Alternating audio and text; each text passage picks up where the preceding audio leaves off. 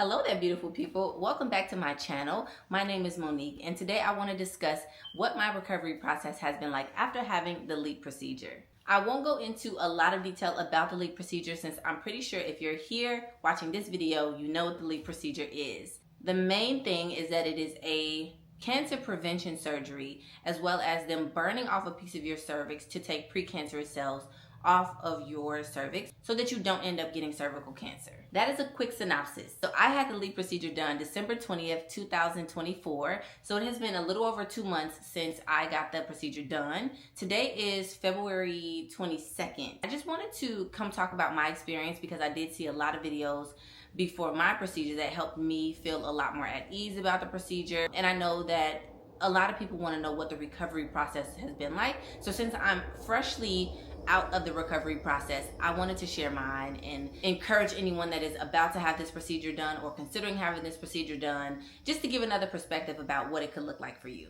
So let's talk about how I found out that I did test positive for precancerous cells on my cervix. I got my yearly checkup done September of 2024, and then the test came back positive for HPV. Not only did my test come back for HPV, but it came back for abnormal cells as well.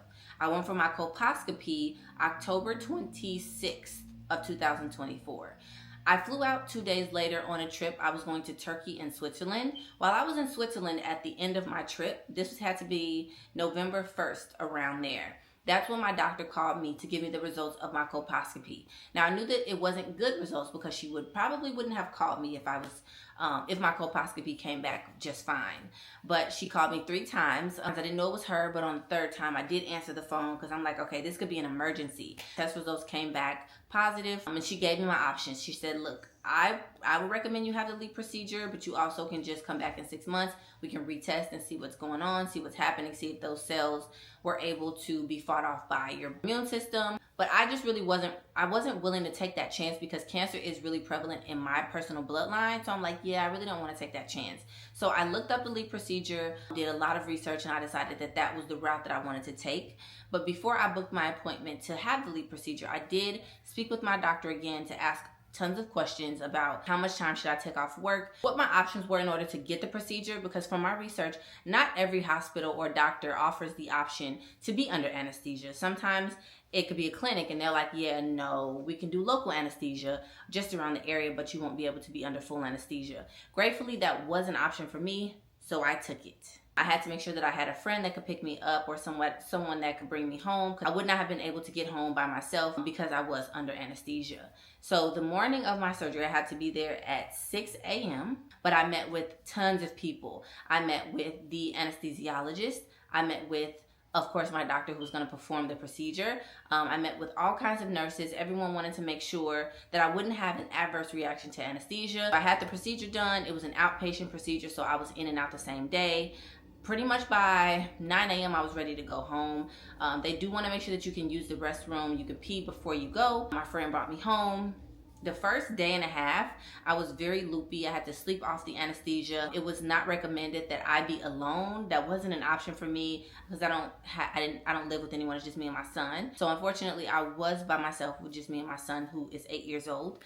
But it's recommended that if you can have someone there with you, family or friend, please have someone with you if you are going to be under anesthesia. The first couple of days, in terms of like cramping and feeling anything in my abdomen, it was mild. It definitely was mild. I would not say that the pain was ever excruciating. The only thing that they gave me was ibuprofen anyway, but I did not experience any excruciating pain. There was a little bit of pressure here and there around my lower abdomen area, but nothing crazy. I actually traveled on December 24th, so I had the procedure on the 20th, and then I traveled to Texas to go and see my sister on December 24th.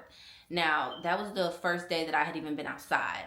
Before then, those 3 days, I was resting. I made sure we were stocked up on groceries and everything. So I did not leave the house from December 20th to the 24th. December 24th was one of the heavier days that I bled because that was the most movement that I had. And also, you shouldn't really be picking up heavy, you shouldn't be doing any heavy lifting. And I was lifting our suitcases and things like that to get to the airport. So I did bleed quite a bit. on December 24th, as well as my travel day coming back home. Those were two of my heavier bleeding days because I was moving around a lot. I was just sleepy a lot throughout this process. I mean, every day I was just so tired. I bled for 5 weeks straight, you guys. I did not stop bleeding until late January. Because I bled for 5 weeks, I was severely dehydrated. Please make sure you drink a lot of water. Coconut water, making sure that you have a lot of fruits and vegetables that will, give you some hydration, or even like those little packets, the little hydration packets that you can buy for electrolytes, Gatorade, things like that. But I was so dehydrated. My lips were turning black because I was severely dehydrated from bleeding so much. Also, another aspect of that was I was extremely lethargic and tired for the duration of my healing process. I just wanted to go to sleep all day long, you guys.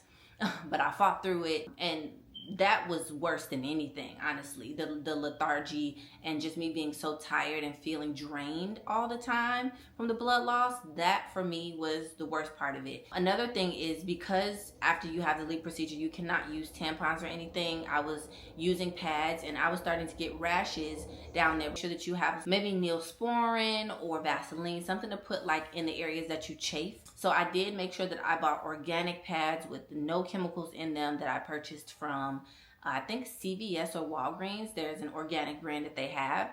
And I purchased like 100 pack and I used pretty much all of them. I had lots of different types of pads as well. The hospital gave me a pack of like maxi pads. I had bought the pads I was just telling you guys about, the organic ones. Those were only like level 1 or 2, and then I did end up having to buy another pack of maxi pads as well. There were like a 3 or 4. Because I couldn't wear any tampons, I did need to have specific ones for nighttime because I was ruining my sheets and my mattress, just bleeding throughout the night. And then during the day I could wear something a little bit lighter. But that was my experience. I don't know if that's like a widespread experience, but it was mine. But I would even say make sure that you get something for your mattress too. If you can get a mattress protector. I don't feel any pain anymore in the area. It has been more than 6 weeks for me, so now I can wear tampons. I haven't had a period since I've had the LEEP procedure done. So I was supposed to have my period mid-January. I did not have a period because I was still bleeding at that time. So they do say that it could take 2 to 3 months for your body to kind of bounce back and go back into its normal rhythm. So yeah, I haven't had a normal period yet since I have had the LEEP procedure, but we'll see. Another aspect that I wanted to talk about is the smell. So when I had my colposcopy done, the smell from the colposcopy, as my body was healing from that, and I bled for 2 weeks, by the way, when I had my colposcopy. So I knew having the LEEP procedure meant that I was going to bleed a lot, just because if I bled for 2 weeks from the colposcopy, I already knew it was going down with the actual LEEP procedure. The smell from the colposcopy was horrible. The smell that I experienced with the LEEP procedure really wasn't as intense. And that's because on some days I had heavy blood, like period blood, and then on some days it was just discharge. The discharge did smell worse than the actual blood, but I had a mixture of so much going on throughout the 5 weeks that I was healing. I mean, the healing process takes, just about around 6 weeks, but the 5 weeks that I bled, it really wasn't as bad as those 2 weeks from the colposcopy.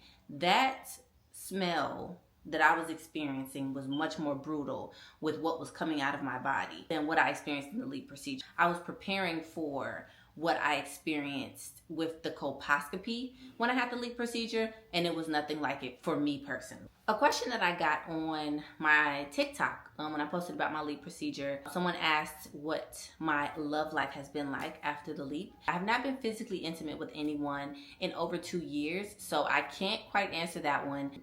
When the time comes, I will definitely share if anything has changed with that, but that's not something I can answer right now. But I did want to address that because I know that when I was looking up the procedure, any side effects or any affects after having the procedure done, did that negatively affect anyone? The procedure itself was so quick and easy. Like, I was literally just in and out. Like, it really felt like nothing happened down there. I was worried because when I had my colposcopy done, I was really sore down there for like a day and a half to 2 days.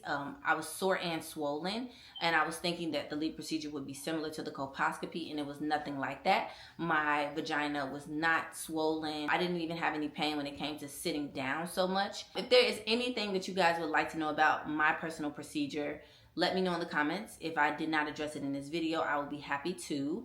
And thank you guys so much for watching. And if you are someone who has to have this procedure done, or like I said, you're considering it, be encouraged, especially because it is cancer prevention. It's better to be safe than sorry. Thank you guys so much for watching, and I will see you guys in my next video. Bye.